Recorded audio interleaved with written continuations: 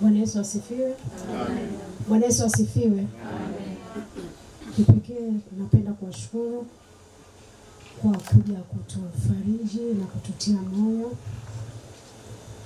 Mchungaji, nakushukuru sana kwa kuja kututia moyo kama familia kwa neno na huduma pia ya mazishi. Basi naomba niende moja kwa moja kusoma wasifu wa marehemu Daniel Richard Nzela ambaye ni mdogo wangu wa 6 kuzaliwa. Sisi tuko watoto 7. Daniel alizaliwa tarehe 26 mwezi wa 8 mwaka 1985 hapa Dar es Salaam, na yeye ni mtoto wa 6 kuzaliwa kati ya watoto 7 wa mzee Richard na Damaris Nzela. Na Daniel alipata elimu ya msingi katika shule ya msingi ya Oyster Bay kuanzia mwaka 1993 mpaka mwaka 1999, na mwaka 2000 alijiunga na shule ya sekondari ya Mbezi Beach High School na kumaliza kidato cha 4 mwaka 2003. Mwaka 2004 Daniel alichaguliwa kuendelea na masomo ya kidato cha 6 katika shule ya sekondari ya Njombe High School na kuhitimu mwaka 2006. Marehemu Daniel alijiunga na chuo cha usimamizi wa fedha IFM mwaka 2006 hadi mwaka 2009 alipohitimu shahada ya juu katika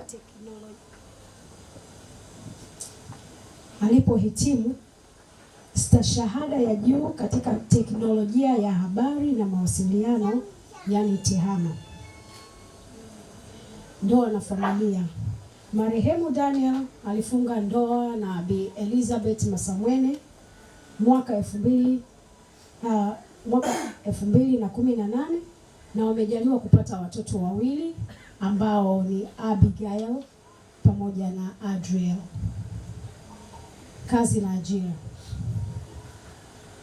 Marehemu Daniel alijiunga na kampuni ya Softnet Technologies Limited mwaka 2010 akitumika kama IT support analyst, ambapo katika nafasi hiyo aliweza kufanya kazi na makampuni mbalimbali ya Vodacom na benki ya NBC mwaka 2019. Kutokana na utumishi wake uliotukuka, marehemu Daniel alipandishwa cheo na kuwa meneja wa miradi mwaka 2019, nafasi ambayo alitumikia mpaka umauti ulipompata. Alipokuwa katika nafasi hiyo, ameongoza miradi mbalimbali ikiwemo ya serikali pamoja na sekta binafsi. Aliongoza mradi wa kuunganisha vyuo vikuu kwenye mfumo wa kidigitali, mradi unaoendelea hadi sasa, na miradi mingine mingi. Akiwa pia katika nafasi hiyo, Daniel alifanikiwa kusoma kozi mbalimbali za PMP Certified, PMI Agile Certified Practitioner na Scrum Fundamentals, vyeti ambavyo ni vya juu katika fani hiyo ya usimamizi wa miradi. Hivi karibuni pia alikuwa anasoma kozi nyingine ya PMI PGMP, ambapo alikuwa anatarajia kufanya mtihani wake na kupata cheti cha juu. Ugonjwa. Mnamo tarehe 18 mwezi wa 11, marehemu alipata changamoto ya kuishiwa nguvu miguuni, ambapo baadaye ilijulikana kuwa ana tatizo linaloitwa kitaalamu acute motor neuropathy and polymyositis. Marehemu alipata matibabu katika hospitali ya taifa ya Muhimbili Mloganzila, na baadaye hali yake ilianza kuimarika kabisa.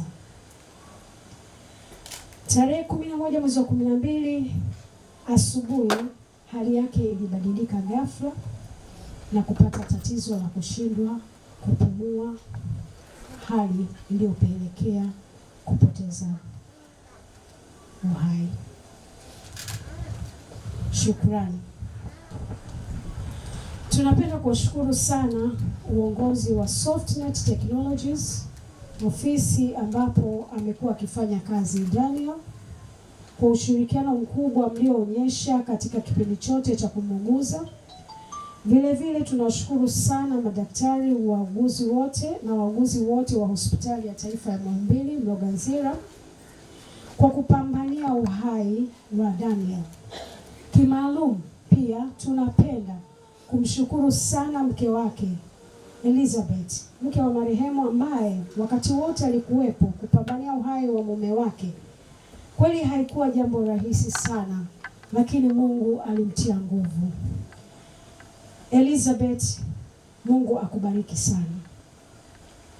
Kama familia pia hatuwezi kuacha kuwashukuru wote waliojitoa kumuuguza marehemu kwa moyo wote, akiwemo Bwana Edi Mwingira na mke wake Doto ambaye ni rafiki yake, na Isaac Chilingo ambaye ni mdogo wake.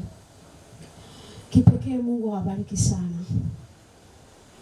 Tunashukuru sana wote kwa kutukimbilia toka siku ya kwanza mlipopata taarifa ya kuondokewa na mpendwa wetu Daniel. Mmekuwa pamoja na sisi, mmetutia moyo, mmetuombea, mmetoa michango yenu ya hali na mali kuhakikisha mambo yanakwenda vizuri, mmetushauri. Hata saa hii pia wengine mko hapa na wengine wako makaburini wanatusubiri. Naomba niseme kwamba kama familia tunawashukuru sana. Mungu awabariki sana. Wagalatia 6 mstari wa 9 unasema, tena msichoke katika kutenda mema, maana mtavuna kwa wakati msipozimia mioyo. Mungu awabariki sana. Asante. Lumbwe. Mimi hapa nasimama kwa niaba ya upande wa mama mzazi wa Daniel, marehemu Damarisi. Mimi naitwa Chitinka. Marehemu Damarisi ni binamu yangu na niko na wenzangu wachache kutoka Manyoni, Robert mdogo wangu, mke wangu na watoto. Nimesimama hapa kutoa shukrani kwa niaba ya watu wa Manyoni. Nimesikia kwamba Daniel alipata ugonjwa mkubwa sana tarehe 18 Novemba. Bili pale ilikuwa ni kubwa, takriban zaidi ya milioni 35. Kama tungeshindwa kumtibu Daniel, tungekuwa tunalia na ufukara kwamba Mungu angekuwa ametujalia fedha, pengine Daniel asifariki. Lakini kwa miujiza mikubwa Mungu aliwawezesha, kwanza mwajiri wake, wafanyakazi wenzake na ndugu wengine, mpaka anapata discharge pale Mloganzila. Ile bili ya zaidi ya milioni 35 ililipwa yote bila deni. Mloko ya Lumbwe. Yaani Mungu ni mkuu. Kwa hiyo tunashukuru sana.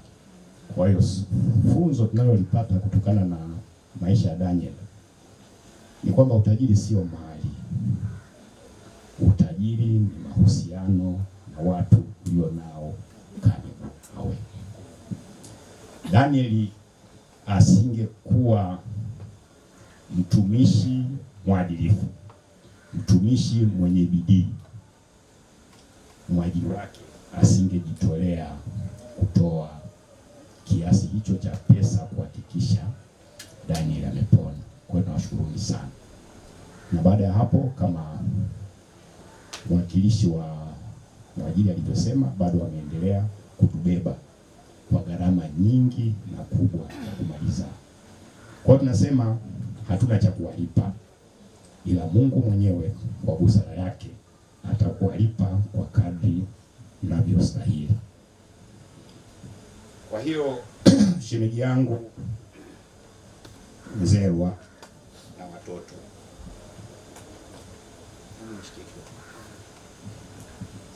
nataka niwaachie hadithi ya Ayubu. Kumbe shetani huwa wanaongea. Kwa siku moja Mungu alikuta Ayubu na shetani. Alafu Mungu akamuuliza shetani, duniani umemwona mtu wangu Ayubu?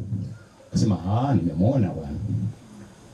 Unamwonaje kiimani? Akasema yule si umempendelea bwana, umempa mali, umempa watoto, ndio maana yuko hivyo. Isingekuwa hivyo usingemwona imara kama hiyo.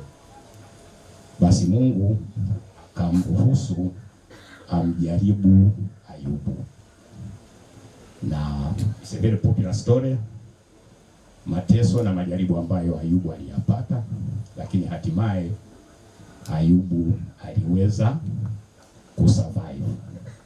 Kwa mwisho wa kitabu cha Ayubu sura ya 42 aya ya 2, Ayubu anasema, najua ya kuwa waweza kufanya mambo yote, na ya kuwa makusudi yako hayawezi kuzuilika.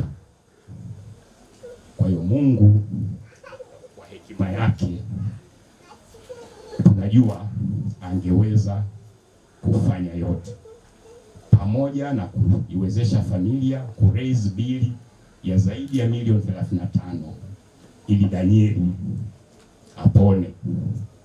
Kwa hiyo hata kifo cha Danieli, maana nasema kwamba unajua ingetokea hii ataki yuko hospitali, angewekewa mashine ingemwezesha survive, lakini shemeji yangu na watoto wangu, huo ndio ulikuwa mwisho wa Danieli, na Mungu anapenda hilo. Kwa hiyo najua ya kuwa waweza kufanya mambo yote, na ya kuwa makusudi yako hayawezi kuzuilika. Mama mchungaji, asante sana kwa maneno yako ya faraja, na hasa tukizingatia wewe ni msomi mbobevu, profesa wa medicine, na bado umejitolea kuwa mtumishi wa Mungu. Mungu akubariki. Bwana Yesu asifiwe.